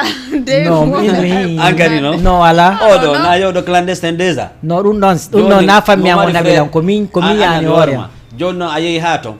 a yiltitike a arti ɓe andi a yeehi ɓe a yiltitike joni ko hanno wonɓe toon ɓe ɓeydanama ils n'ont pas pensé à ça kono habbo mi haalnama ɗa andi ɗum ɗon kadi koye famille gasata ko famille ma on bonnantama ko famille ma on bonnatama ko famille ma on moƴƴintama ko famille ma on kadi moƴƴinantama na fof na famille on ɗo par ce que sa yeehi ɗo a woni a heeɓi ɗo maje a yalti ka pays mon guine a yalti kanen ma yeeyi ɗaɓɓere donc an fawtoto hoore ma ko an ƴettata hakkille maɗe watta hoore ma neɗɗo a fimata a yarata ko an andi ko ɗum ɗon yimɓe ɓen noon mo ɓe andi ko jokki ko a faami kono ɗa andi ko woɗɗiɗa o ko woɗɗiɗa haray ɓe wawi kadi andude fima non yimɓe wawi andude fima mais pas à 100% no ɗa andi kadi ko 5% mi halana on ɗo kadi hunde wottere no anduma non ko ɗum sikkata an ko ɗum sikkata mais min komi wiyata kom si ko PUBG ɗo e an ɗo ni selon moi mi yaha ɗo Europe mi ara mi udditama place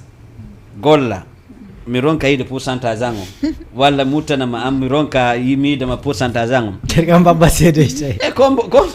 kakam babba se no wodi do hay nene goto ina indirabe police wi digi mbudi ka kono ɗum fo na hunde hanunde non afamari ko woni gonka wiɗa ko nane ay ni uttena goɗɗo entreprise o yaha ha o détourna aɗa ƴetta entreprise o watta inde makko no wadde ya tout ça ɗum no wodi no wadde koko woni e wadde minuma no janfanteɓɓen no janfo tum ñomitoɓɓen no ñomitoɓe joguitaki juuɗe mum ne joguitotako a faami kamɓe woɓɓe ha yaɗo haaju kamen na haaju naɓataɓe de ko ñomitugol téléphone jimɓe ɓe coni andi entreprise no ɗuɗi façon ɓi entreprise ko entreprise fof ko entreprise wiyama entreprise ça devine tout entreprise no ɗuɗi façon an joni ni ɗo janggo sa créé en entreprise ma joni min lan joni la mari entreprise min gango ka sport sa ari ka sport façon sport on fof mi wallete ya waw ya tawi ko no faalirɗa wonirde wo sina box monta box tawi ko goddere faalɗa tawi ko janɗugol ba tawi ko ɗuytagol ba façon physique on fof a waɗay joni an ka domaine ka jannugol ka maître l'école ka mais kono fof mum ko par contrat voilà wallirta on joni nani tum voilà ay noon ɗon ko fii ka école ko janata ɗon komi anda ko anda ka ɗumaɗa ko on comment dire sky sport o mi anda ɗum noon ka ɗum ɗo ka jannugol an kay ko annduɗa ka golle ma oɗo kay anda ɗum ɗon mo be ko domaine ko ma Allah yimiri ɗon sa wakkili ko ɗon ko Allah wallatama ga dogoɓe ina yahay ɗo hande yaha ɗo janggo ko sama kala ɓe woni ko wonɗa o arkise ma on no ɗon sa wakkilike kono sa haɓɓitigoma yaha ko wonugol nokku gotum concentré no e hunde wotere nde ɓurata wallude on tigui diya nanguɗo seeɗa wona gokku ɗum accita ɗum ɗo ya nango ya nokkugo kadi seke hara assimotako ɗum noon ko vrai probléme e yimɓeɓe ɓe fuɗɗoto hunde muusay tum ɓe accata par ce que enen susta ko muusi on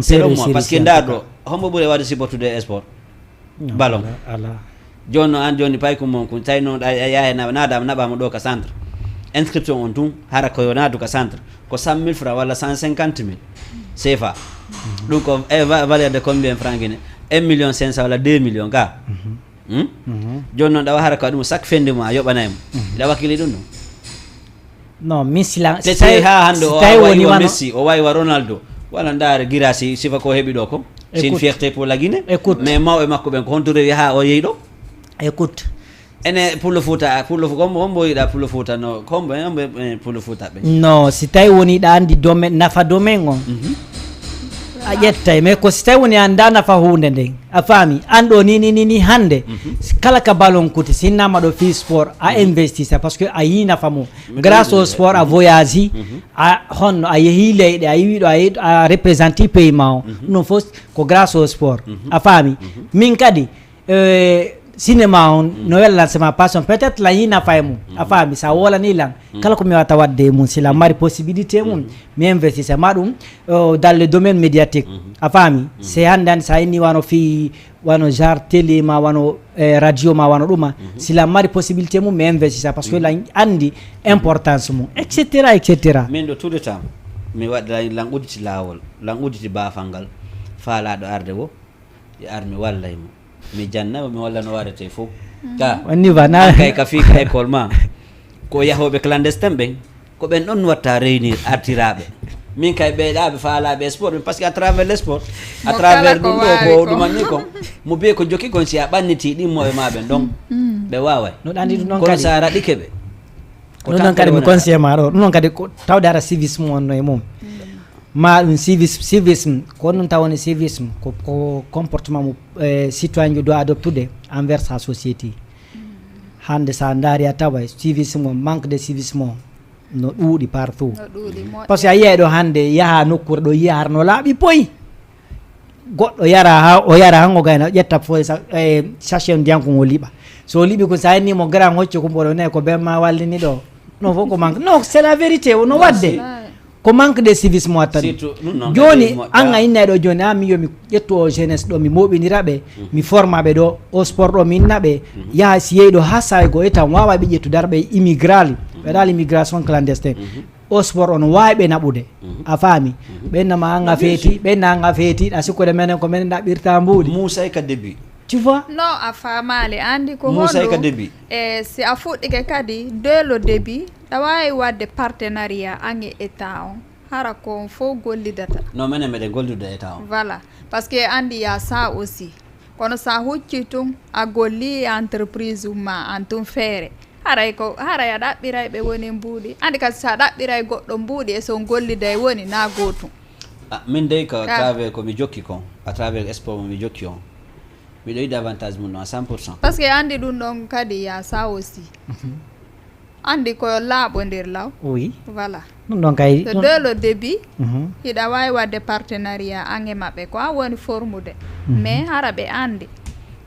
joni ɗo bi si émission men o gasi ɗo e kadi si émission men o gasi an tun joni ɓay a jannay ɗa wawi ɓeydude yimɓe ɓe muɓidiri daara jeunesse om no wodi faalaɓe ɗum noon coup de soir ka ɓeydi tangolɓe quand même mi faalaɗo sport fo faalaɗo sport on fo yo ara moi je suis prêt avec tout le monde e kadi ka e kadi ɗe ko Europe goy wonɗen taw e gartale Afrique non ko fi yahoɓe Europe en ko il faut ga taw ɓenda e kadi ko si ɗo ɓendari toon si ɗon ɗumanno si gaɗe en heeɓi fof en ɓanniniri fof wata ko yaade en innay kadi en wajoto kadi wano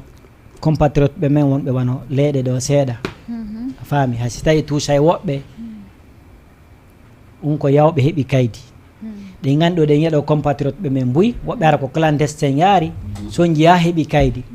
joni sa woni a heeɓi kaydi par ce que ko adi kon taw sa a heeɓi kaydi a watti jonude goɗɗum woɓɓe go koye netta darna neela ma ɗum woɓɓe go koye na a yaki samoɓe nen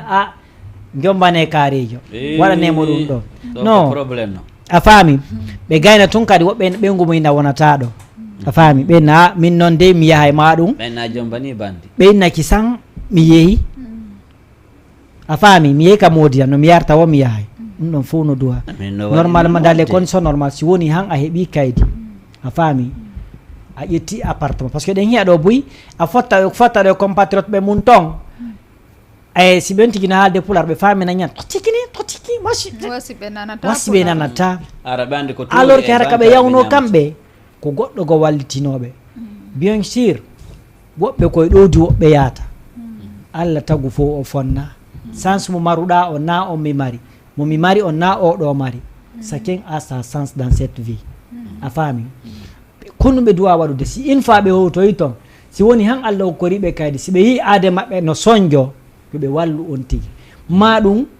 hara ɓe puusali ɗimmo ɓe miñiraɓe ma ɓennugol si a wallay musidɗo ma si woni han a yeehi a heeɓi kaydi par ce que ɗen andi heɓuɗo kaydi Europe ɗo fuɗɗi gollude vraiment haremo heɓude mbuuɗi si a wallay miñirawo ma wota innu yo nanggu 2-0 yo nanggu ndiyan ɗam gorejo ma on ko ɗo ɓiɗɗo kawkari on ko ɗo natir ɓiɗɗo bappambe on ko ɗo rewide non ara a yiɗa min ñamma min on do kala frère jam ma musidɗo hiɗuɗo lan sa ta addanan ɗuma laisse-moi souffrir ici ha ñande Allah wallilan wo ma ha ñande mi maayi wo parce que non kaydi c'est très facile yewgol ka mairie dépose anamo addanamo invitation no woodi woɓɓe ɓe yehi ɓe heeɓi kaydi ɓe okke kadi woɓɓe go okkete toon yimɓe naɓeteɓe à travers hay ko golta tawi o heeɓi société mo gollata simo a weeli hakkille makko ɗen mo wawi wallude yimɓe ɓe moyin an miɗo mari frère ɓe nokkiri to kono ko ɗum ɗo mari probléme maɓɓe ɓe wawi arde gollanama ɗum ɗo on tigi mo gollanta on no wawi ƴettude autorisation ɗon on de kay aray ko gañanede c'est attention ko gañanede aray wonno mais surtout noon koyen ɗa noon kay jombu gongol ɗon kay ɗon kay no sattigoy ɗon o welana en joni fiide par ce que yayi ɗo a jombiɗo goɗɗo tuma naɓimo o trahissima oui ça aussi ça arrive no woodi worɓe ɗo ɓe jomba eɓe naɓa sa jombimo a yeehi rewɓe ɓen kadi o wonata ka suuɗa sikkude ko Mali o yaata walla ko Gambie walla ko Sénégal impossible non ko ɗum a yahay o daway a daway joni noon biro ko a yaata toon so tawi noon no to woɓɓe ɓe hakkille mum woni nokku ngo ɓe yaltini ɗon ɗo konno de ko 30 euros modi o musama jonde 30 euros ko on no warata non ɗum noon fof ko seki ko angal andugol hoore mum woɓɓe goyno waɗude oui no waɗude kan a 100% wadde kadi woɓɓe ara kay sunude moodi mum wulna ndiyan ha walla hibba moodi mum no ɗum ɗon fof ko miile e piiji gon to seki saken an miijitaki kanko o rewi ka ndiyan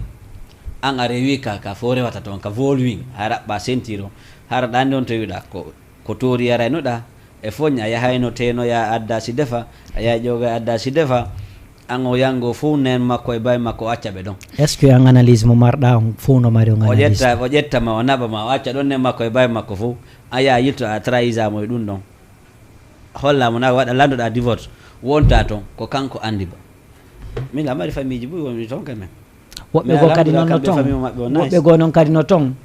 be yahay be letto be famille walla be ha be natoya si be nato be bi kaydi ko nanirtabe min goy famille wallitaki lammari do aray ko hakkille makko ne fotino madum be naba be yaabe njomba be nguma be ya no problem jidi no duudi e dum moƴƴa no mingo parce que nyande de yide wobbe no sedida e rewbe mum e hara ko affaire wonu gangal ton dum do woni mode passe joni no famar ko minuma ay do wona yuhugo naba mo do o nyalla ka suudu o hira ka suudu o wala ka suudu ko kawtal makko ngal den non setabe ko il faut o yalta c'est obligatoire ko il faut o yaha o golla o arta no yarta non golla arta mais o golli o so hebi kaydi taw faame dey don non ko hebat don non debbo no hebaton kaydi plus vite que gorko parce que si modi mana bi ma travers har ko billet yarda ka avion yaruda ayehi visa ma ayehi ka consulat mo a présente yimo ka ambassade be wama jonde ton ko papier no ton ko autorisation ba ko laisser passer parce que on be jonata mab ko kunno nabata ya habna ba kameri sana bi kunno kameri mabbe kunno ka be andama wadama rekuji ka be alma poursuivre ton ko jokkata seeda ha wona finalisme hendo la kaydi masut ma sa yeton a yetti kay reedo hebi bobo ton bobo no wama ko de kaydi o kabi modi ma kadi kaydi a fami kono dum no wadu problème ko gata o si defa maga si rota mar ko to nyamoyte wona cool artide ya woy modi mum arta nice fija wada vi joni non min ko min nata mais hediti be mom be yahe tumbe kuylita quoi parce que sa yeto nga sanji en nangon to wadi ton mama vi réponse nangi ma de misika modi ma so inni ankadi ko wiata so wi be ankay ko be wiata don haray don fota don parce que debbo no buri gorko ton ma de puissance sa memi ton biddo ma walla dum be fo be faala be sokoyta be sokoyma haray ko mbo wadi haray ko am wadi mais min ko min nata une fois debbo stay woni da yoji suddido modi ma yehi Europe stay woni o yawton so njombu ma stay woni o njombe so yi o yehi o hebi kaydo fuddike gollude min do ya naban créer entreprise comme misère na maga hara sa ari atawai alhamdulillah do ngaray non ko sérieux no si no wodi mais plupart man min ko mi yata on parti don parce que ko dum burata déjà nafugol no nafa parce que boy kadi no wodi sibe yeyi haraka ka suudu be hani wonde no wata won dum ko wonta don ko maximum ko 1 mois wala quelques semaines hey vie ton on edo ça fait 2 parce que woɓe bono woodi ko ɗum ko affaire o yiya woɓɓe noon no woodi ko on affaire yaltugol golla waddata ɓe e moodiɓe maɓɓe ɓe woɓɓe hara worɓe ɓe yiɗata on tigi yalta o yaha o golloya ɓayiɗe gandi en fof e meɗen hunde wotere piiji ko warta ko hunde wotere si a yeehi ɓeygu ma compte bancaire makko on no waalike a régli fof a yetti a jonnimo ko salaire ma on no haɗa mo yahgol golle mo wawi hedde ka suudu mais tay salaire ma on ko don bittondiri don o hebata piiji service goddi go ko wata mo wadande o soda piiji goddi go walla facture ci ari gaz courant e ndiyam o no facture dal facture di no si ari din no fop a calculer ko yobata don ko fende ma don o fo musay parce que il faut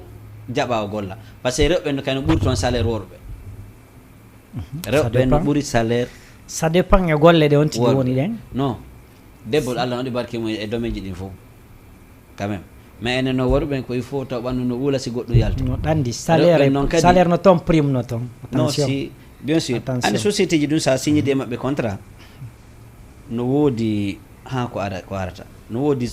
mois ji go no wodi jour ji go no wodi semaine ji go tay ko golliro par heure tay ko golliro par semaine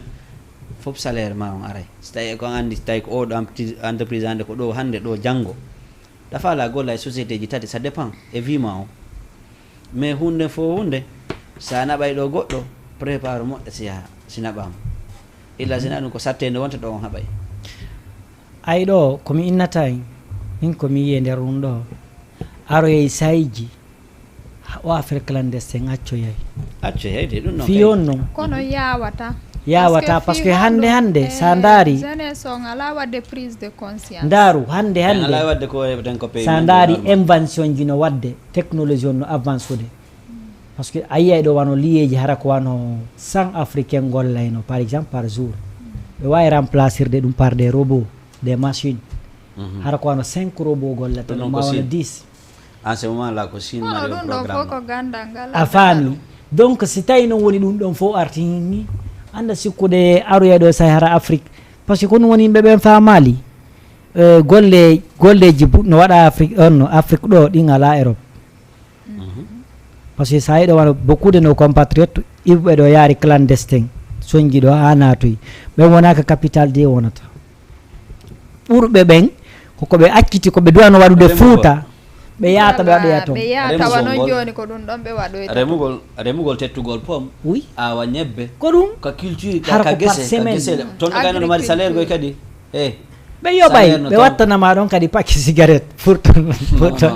non ko fimoɓe non c'est la vérité moi j'ai suivi l'interview d'un jeune o inni par ce que ko véloji ñagay ɓe jonni ɓe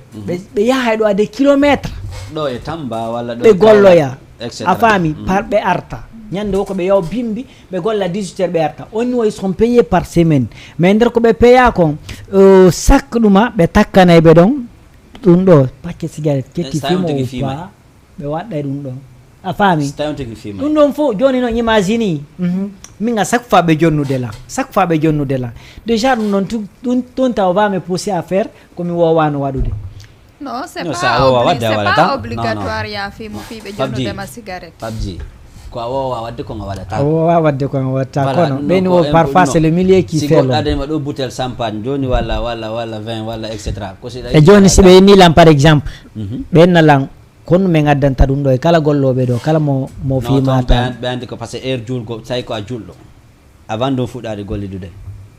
a winda critère non ɗen gandi ɗum ɗon fo religieusement ils sont pas méchants ko ñamata kon fof par ce que kay toon ɓe ñama ɗe andi kose on ɓe yimɓe ɓe ñamay ɗum noon toon kono tawi ko ñamata kon fof ɓe waɗay régla fof si fuɗɗo ɗon noni ɗo illa sina ɗum no waɗata e fus par ce que kamɓe ɓe hulay hakke simo hulata hakke noon natta e domaine ji goɗɗi goo en tout cas il faut qu'on soit clair clandestin on no marani en conséquence négative tampere par ce que sa daari hande pays men on laaɓi leyɗe ɓaale laaɓi poyi jeunesse on foppo gayni yaltude jeunesse on gayni mayde ko maayi kon e ko naatoy kon sa ƴetti a waɗi statistique ko maayi kon no ɓuuri ɗuɗude ko naatoy kon batoy koye ɓe ƴettata koye walla laa koye ko koye ɗon mari probléme e woɓɓe goo kadi naatoya tawa no e retard par ce que si tawi woni a yeehiɗo hara ko ya naɓe e kan pendant 5 ans harɗa jonne koya jonne toon cours iwa ɗon kadi hara koya yiltito vraiment woɓɓe taw déjà ɓe fokkitay ɓe waɗa 2 ans 3 ans kala ha 5 ans hara ɓe hewta kala donc koyneten jeunesse on ko ɓeyditantenɓe Europe komo kala mo Allah newnani yahay min miɗo yiɗi yawgol Europe min o juɗɗo ɗo woola yeeso mum ɗo mais ko honɗo mi yiɗi yawgol hara ko on air ɓenna hande mi yami représenté a Jama TV a faami DG nalanɗo Pabji yaw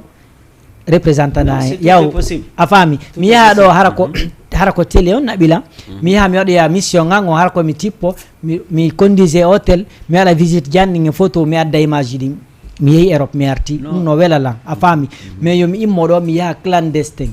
mi wonata arsike liƴƴi ma arsike désert ko ya wakkilo golla sa wakkilo golli tun andi ɗo e hunde wotere kadi ko bus kadi mi addanama kay faveur goto ayi ka dépose gol visa boyna waɗi probléme noon en iwa Guinée aren ɗo inen en dépose de visa ɓe mara passeport on ka nder valise maɓɓe walla ka jiifa maɓɓe ɓe yaltina carte d'identité maɓɓe on fi feƴƴugol ɓe duwa ka wadde ɗum passeport ma on sa moƴƴini passeport ma on sa yaltay ka pays ma yo pays ma yo kasane mo sorti pays mo natanama on mo natoyta e mum o yo kasanemo visa rentré si a yaltoyi ɗon kadi o kasante kadi visa sorti guine mo ko a artuɗa ɗon kay ɓe kasante ɓe waɗantama kay rentré oui c'est a faami joni noon ɓe maray passeport on ɓe ara noon ka consulat ga ka ambassade passeport on ko vierge ko papier tout nul hay fus ala toon sina photo ma on inde ma nde yettore ma nde compte moƴƴinama ko guine compte rewɗa ari ɗon ɗo kalawa ɓenna ko oto ɓe ƴetti ko anda noon haysi ko oto on tigi ƴetti haysi ko oto wawi présentude ko nanirtaɓe ko nanirta wona chauffeur ɓe gomma wano ɗuma goo wata yalti min woodi mi naniri police goo a faami ɗum kadi no écoute ko angal andugol écoute woɓɓe goo no andi écoute o tan kam yarayno tawi miɗo ardi ɗo on était venu avec un petit lende no petit frère tawi ko min tatto arno min e min ñagal go mbeɗen garo ɗaɓɓangol petit kon il devrait voyager a faami maintenant là-bas quand on avait présenté un passeport andi ko ɗum o yani pour parce que ɓe ƴettanen autorisation de passer avec l'enfant no woodi ɓeni quand vous présentez ce passeport là ils vont vous fatiguer et tel ko autorité men on haalani men ɗum non ko sama kala jokkiɗon ko sama kala mais il nous a fallu mais tawa ko carte d'identité min présentata ɗon on min ko minata jeunesse on kala moƴƴiyoɗo moƴƴiɗo passeport sari ka sorti ka talol ka tippike ka auto on tigi hayso ko auto ƴettuɗa tippike présente passeport ma o wannama mo kasse sa arde ka pays Sénégal on kay tawi ko Gambie tawi ko Guinée Bissau kala ko yata yoɓe wannamo kasse par ce que no waɗi très important sa yeehi ka ambassade mo duwaɗa tawi ɗo yaade ɗo Belgique walla New York walla quelqu'un so ambassade mo natta si a natoyi ɓe ndaare si ɓe ndaari ɓe andimo mo kasa ɓe hokkama chance ɓe wannama tampon visa mais kay noon hunde wotere inugol ɗo 3 millions 4 millions 5 millions fi argol naɓugol goɗɗum ko probléme woni en arde yimɓe ɓe frais de visa ko 150 000 ara o seyro ambassade ɗin ɗo fof Sénégal ɗo ambassade ɗin ara o seyro ko 150 000 CFA frais d' ambassade frais de visa on winatama joni sa naɓay passeport ma o ka visa sa yalandoɗa ɗum ɗo ambassade fi visa ɓe okke visa woɓɓe ko 75 000 woɓɓe ko 50 000 woɓɓe ko 30 000 woɓɓe ko 40 000 80 000 han 100 000 han 150 000 sa ari hiɗa mari compte bancaire ma o compte bancaire ma o no waɗiɗa email ma o adresse ma email ma e compte ma fof ko toon ɓe daara so tawi ɗa woyiɗa mari ko dépense oya ha ko yinuɗa wonay toon ko o séjour mo ɓe hokkuma visa o e sa ala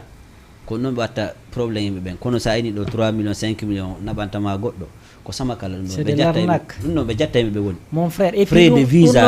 visa o séru ha o séru consulaji tampinde yimɓe ɓen ko ɗum ko 150 000 CFA hara ɓe andi ɓe ala mbuuɗi ko 150 000 CFA te billet avion hara o séru hakko 1 million 200 Chine komi yayno Chine ko 1 million 200 ɓe propose mais ɓay ko fédération on ɓe hen ha ɓe yewtidi ɓe waɗi 800 000 ɓe ɗoyti 400 000 fof e ko aller retour ka ko aller retour ko biye sa taƴa ko aller retour maximum goɗɗiɗi ko a faami tawi ko France ɗo 400 000 500 000 joni noon frais de visa ko jellu say ko ambassade na fay ko 75 000 woni ambassade France sa dépose ay ɗum ɗo sa yeehi ɗo noon joni noon a naɓi 75 000 plus ɗum ɗo 1 million CFA arrangé papier ji maɗi fof ya na arrangé papier maximum moins de 2 millions CFA 700 000 ɗum yonima billet avion ma e frais de visa ma o haray ko watta toon tun ko compte banque ma on ko ɗon utilisata sa yoɓoya hôtel ma o ko ɗum noon buy mari probléme on compte banque ɗum yimɓe no dowa yaade ƴette kaydiji mum ɗi ya créa compte banque mum hara a naada e mbuuɗi yaltinaɗi naada mbuuɗi yaltinaɓe anda hihi compte bancaire maɗo no compte bancaire ma no fonctionne de a tampana miskino sa yeehi ɗama ko ɗum ɓeynay ɗo porto ɓe way ɗo ara no faalira naati no faalira par ce que kamɓe ko ndu wiyatama jete mi naɓante ɓe windanama sekka yo retira ka banque kowoni wokka banque woni wokka banque mais enen ko woni wokka poste kala e jullere liquide ko liquide o te ɗum noon arrange ta busi no ara ɗo trompe ɗo ina naɓi visa heɓari visa etc déposé heɓari probléme erreur probléme erreur o kaka rentré taw Sénégal on ta walla pays mo nata siko Côte d'Ivoire natiroyɗa ɗaɓɓiroyta visa so tawi ko pays mo yata o no andi enen yimɓe ɓen sikkay ko siɗa mari dolle mbuuɗi si créa na compte mbuuɗi na bancaire ay ko ɗum watta ɓe Compte bancaire tay ko Sénégal ɗo tay ko Sénégal ɗo 25 000 CFA créantama compte bancaire no wodi compte banque ji fewn ɗo ko 10 000 ɗi créé yandama walla 15 walla 20 000 te on 20 000 pourcentage o haray ɗa mar toon 10 000 francs ko 5 000 francs tun ko ɓe moƴƴinirtama papier oy koy haray ko no chaque fin de mois sa yoɓay ko 150 walla 100 francs walla etc goɗɗum ngo no waɗi très important créyangol hoore mum ko wata ko avantage mum pour honɗum ɓeynete ɗo ɓe udditante compte banque sa ari ɗo anda a jonnay ɗo goɗɗo o innama yaddu 5 millions on 5 millions toon haray ko mbuuɗima o ñamirande ɗi comme bonjour ko ƴettu compte banque makko mo udditiroye goɗɗo goo ko ɗon o watta transit kon o yawa déposira ɗum ɗon ka ambassade on à travers ɗum ɗon si ɓe andi kan on compte banque ɗon himo créide piiji bus ɗum ɗo mo ɗaɓɓiran yimɓe bus visa ji on compte banque ɗon ko ɗum ɗo ɓe wattama refusé waɗimo casier rouge a jotto 3 mois walla 6 mois walla 1 an a wata nattude ambassade par ce que passeport ma heeɓi kase busno innami ɓe rewse tilam ɓe waɗilam ɗum ɗo hara ɓe anda sur son compte ɓe anda donc ɗum ɗon fof jammaji no dowa famude ɓe sa anda hunde lando mais na yanano tunkarijo yeehi maɗum ko honno yaari mi naati ambassade maɗum o waggoranjo gono ɗo wallowo yimɓe maɗum ɗuma ɗum noon trempe yimɓe ɓe voilà Nicaragua o woɓɓe kadi Nicaragua andi biye ko jeeɗi ɓe ronka immade kamɓe tigi ɓe yahanka ambassade ji ɓe landano hoore maɓɓe visa attention ko ambassade kadi a yiya ɗon ɗa yaaka ambassade fotta ɗon e woɓɓe ko harno ɓorni veste yiɓe har ce sont des escrocs ɗo yaha tum ɓenna wi komi woni secrétaire komi woni chef de cabinet komi woni ɗum ɗo fof kadi hunde wotere no wawi waddade ko hakkille mum à travers ka réseau sociaux ka ɗum ɗo ka google ka email ka etc ɗum ɗo e ɗum ɗo waɗuɓe recherche naɓanaɓe message par mail ɓe répondete ƴetta ɗum ɗo autorise ƴetta ɗum ɗo honno de ɓe innata ƴetta rendez vous en travers ka email ma yewtida e maɓɓe ha ɓe yimɓe ɓe nafo andi ɗum mais no woodi ko ɗum lando sa landike a majjata ko yimɓe innata ɗo 3 millions 4 millions 5 millions naɓirgo ɗum noon ko sa waɗi ka compte banque ma ɗinno yoɓinotama a wata yoɓoyde hôtel maximum hayso ko un mois ñama ɗon e nder un mois ɗon hara ɗum no fof haraɗa heddori 2 millions de bénéfice on Nicaragua ɗo biye avion ton ko jeelu 900 000 francs CFA 900 000 francs CFA 900 000 800 000 si ha ka ɗum noon woya 1 million wonde ara ha 700 000 jono ɗin ɗon to fuɗɗanaki maɗo entreprise joni noon an joni ɗo joni ko jeelu woɓɓe naɓiri ɗum nani goɗɗo neɗɗo o ko 10 000 manda ko hono 10 000 jeeluɓe naɓirimo ɗo 10 000 dollars walla ko no walla ko 10 000 on maintenant imagine ça ɗin ɗon mbuɗi fof c'est combien de millions de francs guiné 100 millions ba walla ko jeelu c'est plus que ça disons bon en tout cas so maccimo fof joni c'est une arnaque jotoɓe ka ɗum waɗi inna naɓay goɗɗo yoɓe yurmi ɓen seeɗa par ce que fiyoɗno ko nene maɓɓe ɓone tampinde e bawi maɓɓe walla woɓɓe wujjoya woɓɓe yeeya nayi mum bajji ɗi woɓɓe woya baalo e mum bajjoy koy walla waɗa ko ɓe yaha ɓe ronkare sisude ɓe yaha ɓe yaha ɓe jonna ɓe ɗi mbuuɗi ma ɓe soñjo ka laawol ha hara ko ɓe obligé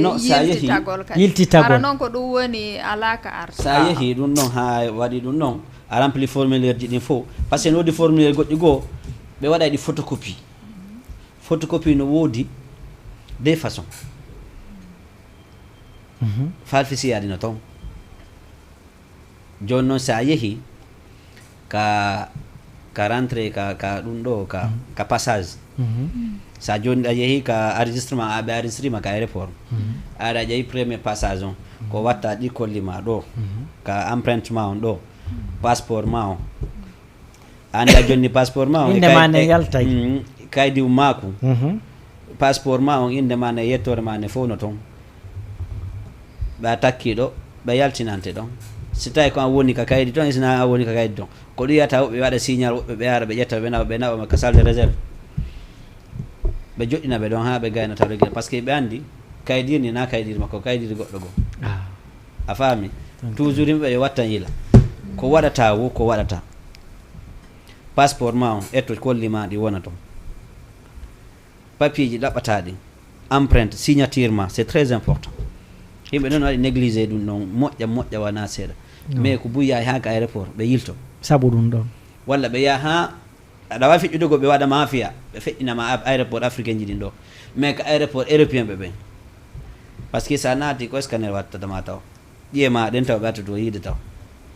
no sa yeehi ka laboratoire ɗo waɗa a nawni ɗo goɗɗum joppe maɗe walla goɗɗum wala nande moƴƴa simi yeehi yaro mi anda no min hattira ɓe watti ɗum ɓe watte ɗum noon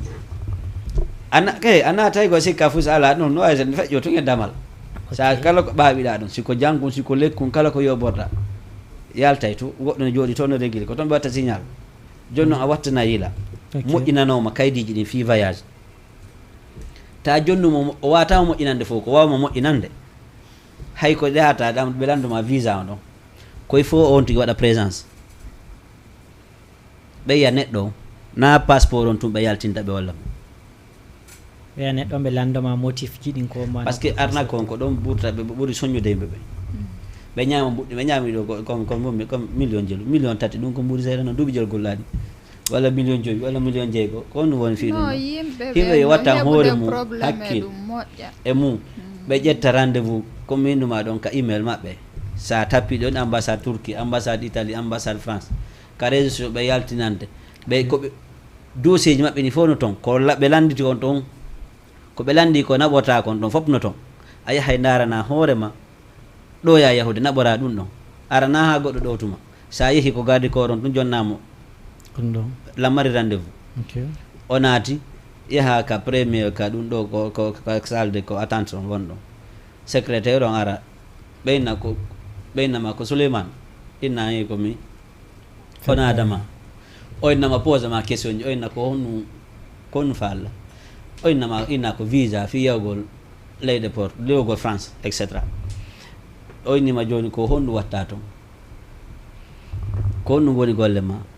ko honɗum diplôme honɗum marɗa ɗum no fof ɓe landoto A ba Z goto ɓe landoto ko honɗum watta toon ɓe lanta ko honto yata ɓe lanta tawi kamar ɓe lanta compte bancaire ma tawi ko mbuuɗi ma ɗin koye honɗum marɗa voilà ɗum no fof ɓe aɗa adressé résumé seeɗa donc ɗo joni en aray ka avantage haray ko honɗum moƴƴere woni e mum e fait affaire immigration o telema surtout e pays d'origine o en 30 secondes immigration avantage ko woni ko saari a investisi kama a nafi ɓengure ma nde harana ya pousse ɓengu jeunesse hedditiɗon yoɓe yaw ko avantage on fof noon meɗa andi no woɓɓe buyno woodi ɗo e ɓe yaha e ɓe arta ɓe investisata e plutôt ko yoɓe incite jeunesse ɓe tawi ɓen fiyaɗo par ce que ɓe aray golle maɓɓe o hara ɓornagol jonji ɓe yaɓe sooda taw valise ji e paɗe ko ɗum mi adorani ɗuma e saka mbuuɗi mbukoye to sokoyni ɓe ɗumanna ma ɓe ƴettaɓe ɗo ɓe ya soirée ji ɓe ɗuman par ce que plus souvent ko ɗum yiyeten artuɓe ɓen no waɗa donc ɓe ara ɓe investisata ɓe waɗata entreprise hay fo suffit jeunesse ɓe tawi ɓe et tel c'est pas ça l'essentiel yawgol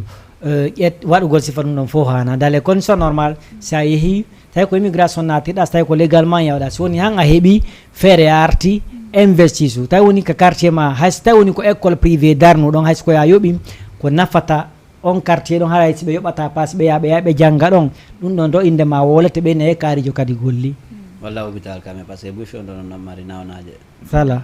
cami ɓe ñawdira ɗum ɗon kay c'est très important voilà awa joni haray tigi en ari ka fen émission donc haray ɗo waynitade mais avant ça d'abord haray un petit mot pour la communauté bienhande du Sénégal. Ok, donc haray ko weltanagol jama on fou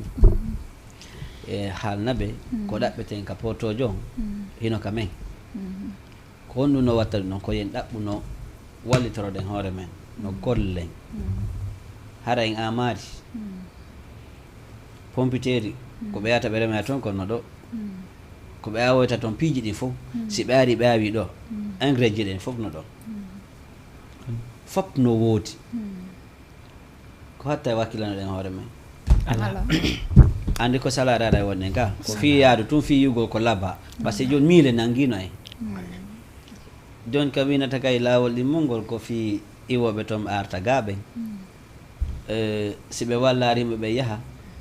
taɓe arɗo ɓe holla ɓe fo yo yaltoya quoi vidina leydi non quand même leydi vidata par ce que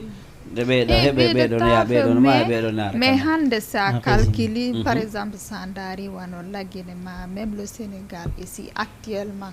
yimɓe wonɓe yaltude innano yawde ɓen no ɗuuɗi quand même maximum no ɗuuɗi ha heewi ha feƴƴiti donc enugol tun jeunesse on yoɓe hakkille sur toutes les domaines ɓe jentito ɓernde maɓɓe ne ɓe jento hakkille maɓɓe ɗen ɓe anda ko ɓe faala konko hon ɗum mi encouragata min hay gooto yo waɗu clandestin yo yohu plupart si o jentike woɓɓe goo ko yewta kon nafay no mi addiranma exemple tun ɗo fi frais de visa ka yewgo ka consulat ji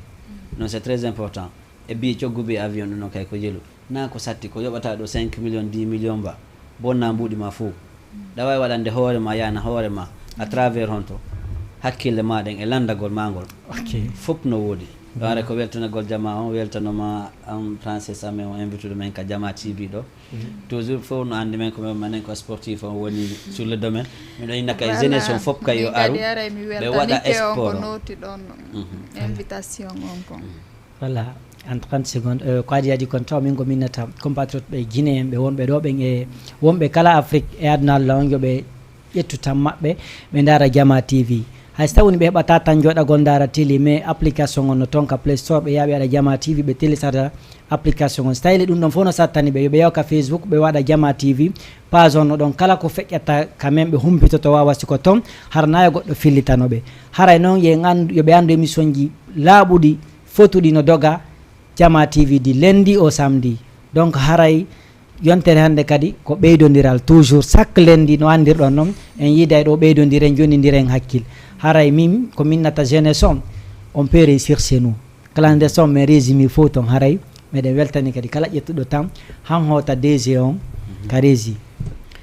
voilà joni haray ɗo en fermude taw mi andintinay on toujours numéro service commercial Jama TV on ko 78 588 72 72 numéro on ko 78 588 72 72 haray mi weltanike mo kala ka woni men darde haray weltanike PDG on kadi kamɓe ɓe gure maɓɓe ɗen kamɓe ɗowti en ɗo ha réalise ɗen émission on haray ɗen bimbisi Allah jaɓi